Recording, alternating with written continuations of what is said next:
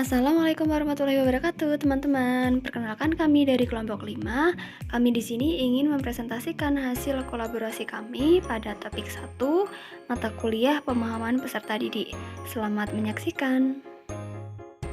Pertanyaan yang pertama yaitu penerapan teori behavioristik, teori sosial kognitif, dan teori konstruktivisme di dalam kelas. Yang pertama adalah teori belajar behaviorisme. Nah, secara singkatnya, teori ini menyatakan bahwa jika ada rangsangan atau stimulus, maka akan ada respon. Begitu pula yang terjadi dalam pembelajaran. Contohnya, saat pembelajaran matematika, ketika guru memberikan hadiah kepada siswa atau reward, maka siswa akan lebih bersemangat. Nah, teori ini pernah diterapkan atau dipercobakan pada seekor anjing dengan menggunakan spatula. Yang kedua ada teori belajar sosial kognitivisme. Nah, pada teori ini, perilaku, kognitif, dan lingkungan saling berinteraksi untuk mempengaruhi pembelajaran. Faktor lingkungan mempengaruhi perilaku, begitu juga sebaliknya. Faktor kognitif mempengaruhi perilaku, begitu juga sebaliknya. Serta faktor lingkungan mempengaruhi kognitif dan sebaliknya. Contohnya, saat guru melibatkan siswa dalam berbagai kegiatan. Nah, dari berbagai kegiatan itu, siswa dapat belajar. Selanjutnya ada teori konstruktivisme. Nah, pada teori ini menyatakan bahwa pengetahuan tumbuh dan berkembang melalui pengalaman. Nah, dari pengalaman-pengalaman ini, maka siswa mendapatkan sebuah pengalaman belajar. Contohnya, pada saat guru memberikan instruksi ke siswa untuk membuat pertanyaannya sendiri, lalu siswa diminta untuk mencari tahu jawaban dari pertanyaan mereka itu, entah dari diskusi, dari pengamatan langsung, atau dengan pencarian di media atau sumber yang lain. Nah, pertanyaan yang kedua adalah model-model pembelajaran dalam prinsip konstruktivisme. Yang pertama adalah inquiry learning. Nah, model pembelajaran ini bertujuan untuk memperoleh informasi melalui observasi atau eksperimen. Yang kedua, discovery learning.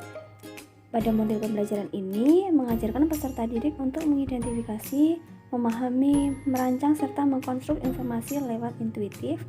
Yang ketiga ada project based learning atau PBL atau pembelajaran berbasis proyek, lalu ada PBL atau problem based learning atau pembelajaran berbasis permasalahan nyata.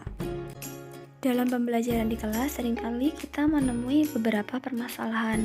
Nah, ini ada beberapa contoh permasalahan yang biasa kita temui di kelas. Contohnya yang pertama, Tania, 7 tahun, memiliki kemampuan rendah dan keinginan yang rendah untuk sukses. Nah, dari permasalahan ini kita bisa menggunakan metode pembelajaran yang beragam seperti 1. Menjadikan peserta didik sebagai peserta didik yang aktif, memanfaatkan media pembelajaran seoptimal mungkin, menciptakan kompetisi agar siswa lebih bersemangat, lalu mengadakan evaluasi secara berkala untuk mengetahui perkembangan siswa tersebut, dan menyampaikan motivasi kepada peserta didik secara langsung, atau bisa juga dengan memberikan pujian kepada siswa yang bersangkutan.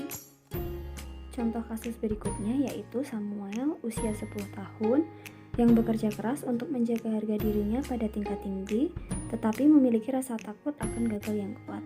Dari persoalan ini, solusinya yaitu jika terdapat anak yang mempunyai harga diri yang tinggi atau bisa dibilang egois, maka kita dapat menyelesaikan dengan cara menasihatinya terus-menerus bahwa harga diri perlu diperhatikan, tetapi egois harus dikurangi. Kalau egois tinggi, maka dia tidak akan mencapai apa yang diinginkan. Dan cara mengatasi rasa takutnya yaitu dengan menanamkan positive thinking dan melatih anak untuk berani. Contoh permasalahan selanjutnya yaitu Sandra, usia 13 tahun, yang tenang di kelas dan meremehkan keterampilan mereka. Nah, untuk meningkatkan motivasi belajar anak yang tenang atau cenderung pasif serta tidak memperhatikan keterampilan yang mereka miliki, yaitu dengan cara membuat metode belajar yang lebih bervariasi. Nah, menggunakan teori konstruktivisme dalam memilih metode belajar akan penting dalam kasus ini. Metode konstruktivistik ditekankan pada peserta didik seharusnya diberi tugas-tugas kompleks, sulit, dan realistis, dan sesuai dengan usia peserta didik. Dan tidak lupa, guru juga harus memberikan bantuan secukupnya kepada peserta didik jika mengalami kesulitan. Tugas kompleks itu misalnya proyek, simulasi, dan menulis untuk dipresentasikan. Contoh permasalahan berikutnya yaitu Robert, usianya 16 tahun yang menunjukkan sedikit minat di sekolah dan saat ini tinggal bersama bibinya.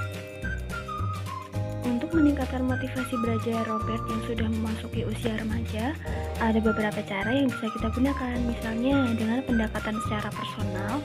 Karena dalam usia anak 16 tahun, masalah-masalah yang dialaminya di rumah akan sangat berpengaruh terhadap motivasi belajarnya.